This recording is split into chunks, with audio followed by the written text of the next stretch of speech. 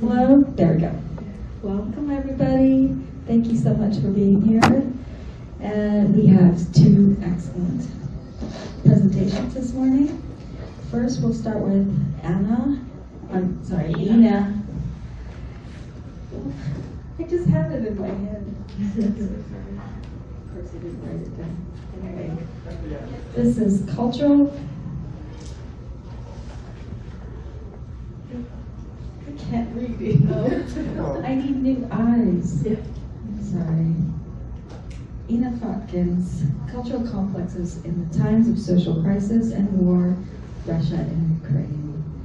Thank you, Ina. Hi everybody, my name is Ina Fotkin. I'm a clinical psychologist. This is my first time at this conference, so I'm very excited and inspired. And I am originally from Russia, which is why I'm interested in this topic. But I have been here for about 13 years and observing what's going on now. It's definitely felt provoking, it's traumatizing, and it's hard. So I decided to put it all in some kind of thinking frame of thought, which is still raw, but here we go. Okay. So, individual trauma as a result of collective violence is part of shared cultural trauma. And shared trauma is bigger and it's harder to recover from. There was a study that I referred to here about Israeli-Palestinian conflict through the lens of unconscious, and it's focused on the dreams of West Bank Palestinian children. And this is very interesting research. The researcher found that the loss of border between individual and collective happened in the dreams. And about 2/3 of the dreams of children were political dreams, meaning that they basically reflected what been told in propaganda, in politics. It was reflected in the dreams. The dream content contained more cultural stereotypes of the opposite attacking side versus archetypes. So the individuals, when they face extreme realities like war and terrorism every day, their dreams have more reality content because trauma is still very fresh and people relive it every day in their lives. And so we can see that now both Ukrainian and Russian people are currently witnessing trauma and violence every day. The process of thinking and integration didn't start yet because it's just kind of trying to keep pieces together every day. And so we are dealing with unmourned grief and trauma. So, cultural complex, there are several definitions, but I refer to two of them.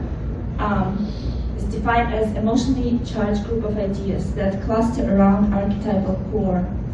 And singular definition, like individual complexes, cultural complexes tend to be repetitive, autonomous, resist consciousness, and collect experiences that confirm their historical point of view. Cultural complexes tend to be bipolar, so that when they activated, the group ego becomes identified with one part of unconscious complex, while the other part is projected into the suitable hook of another group.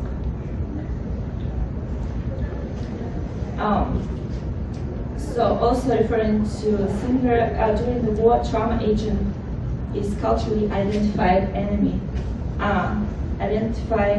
He identified three components of cultural complex that are activated when the group spirit is threatened. So usually traumatic injury to vulnerable person, group of people, place of value take place, and it carries a stand for group spirit, like it was with World Trade Center here. Right now, a lot of these injuries happen every day, and like when I didn't read news for these 5 days, it probably something happened in meantime.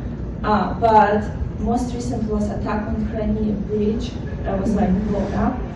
And, Russians attack Ukrainian significant places like water reservoirs, that's very significant for region, and stuff like that. So then second, what happens is fear of annihilation of both personal and group spirit by the foreign other. So othering the other side, emergence of avenging protector and persecutor defenses of group spirit.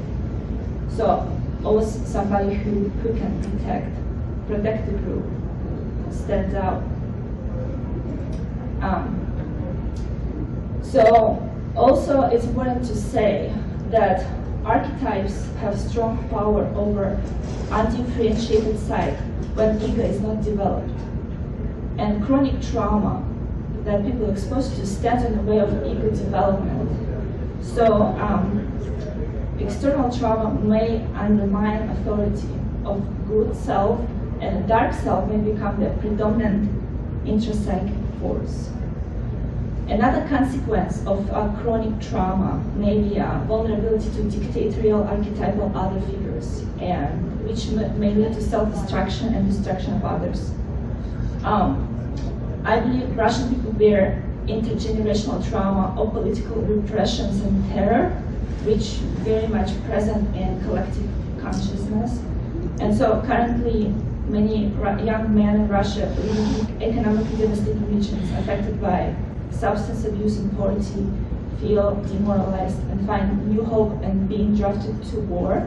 So work as a Numinous experience for many people and finding like a new meaning of life.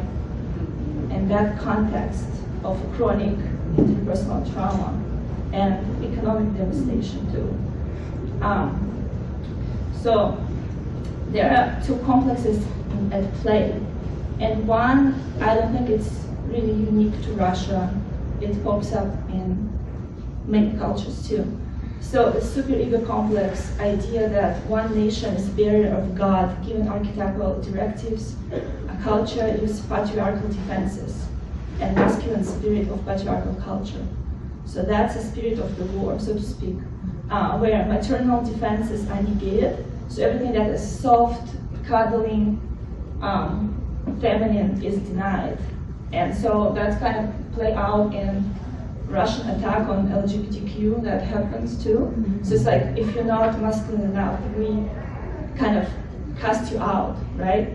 So, and this complex was present in 16th century, I mean, with idea of Moscow as the third Rome, like the second Rome was Byzantium and it fell, so now Moscow is the third Rome. During the Soviet time, Russia was identified as protector of communism around the world. Spreading communism was an important task. But their researcher named Suhr, he's half German and half Russian. He has a very interesting article about Russian complex of being surrounded by hungry barbarians.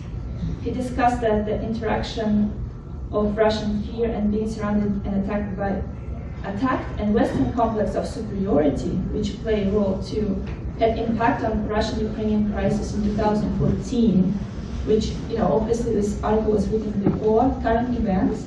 So in 2014, Russia annexed Crimea, and that led to first crisis with sanctions and singling Russia out as a country, and Russians trying to maintain their own way.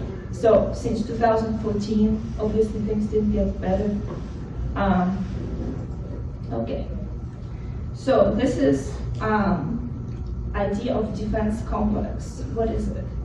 It's kind of expressed in Russian fairy tale of Alexander Pushkin, Golden Cockerel. And if we have time, I'm going to read you the beginning of it. So it's the idea that that is necessary to defend Russia from the other world. Because Russia is surrounded by enemies and hungry barbarians, and they come from the east, from the west, and historically that was the case, and it was very hard to protect such a big, vast land. So, and this idea emphasized, the fact that people from East and West come and, territorial fight is real, and it framed out in Russian ideology as fight with Nazism in Ukraine, which, archetypes from Nazi times come up a lot, and also the idea that Russia needs to be defended from NATO by all means. So also idea of mirroring past and present is important. Cultural complexes of two nations at war can be mirroring each other. And according to a Palestinian psychiatrist who researched, again, what's going on with children in Israel and Palestine, he said that Israelis and us could be mirror image. When they talk about suffering our children, it's like if they are talking about their children. So there's a lot of parallels, even on unconscious level, a lot of parallels. And in Russian Ukrainian propaganda, they also mirror each other a lot, and they kind of drink from the same source of Soviet Union and Soviet mythology, I would say. And so the idea is that the other side, they are Nazis, so we have to protect from them. And so say Ukrainians, say Russians, the same thing. But at the end of the day, yeah, there's just like nothing new in this rhetoric. Okay. So images and symbols. A lot of things come up, a lot of different images, but also they're based on old kind of Soviet symbolics too. So Thomas Singer presented the project of collecting images about Russian-Ukrainian war. And that was discussed on This Jungian Life. You can all listen to that. It's very interesting. So the idea is that instead of being flooded with violent images online every day, which I definitely felt that way. Yeah, and so I even stopped using, social media for a while because there was a lot of violent images coming in. So instead of being flooded and losing your integrity, you may submit image related to war that is deeply moving for you. According to Singer, most of the images people submitted were female images, which is interesting because it's kind of in opposition to this male, masculine, patriarchal idea of dominance, right? So that one image that comes to mind is the Motherland Statue project in Kiev. So again, this is female image. And we have statues like that in Russia too. So this is to commemorate the end of World War II and victory over Nazism. And currently, this print here on the crest is being changed. The idea is that statue will represent Ukraine as independent nation now versus Soviet Union. So the symbolic on the crest will be, like a crest of Ukraine instead of hammer and sickle as a Soviet symbol. And the statue is turned toward Russia, just that happened. So it became powerful again. And a lot of other symbols come up too. So if you see something, let me know. If you find something interesting. Yeah, because like I said, it's different type of war. There's a lot of online recording pictures and different ideas floating around. And since we have time, I'm gonna read you Beginning of Golden Cockerel by Pushkin, okay? Alright. the idea of being surrounded by hungry barbarians.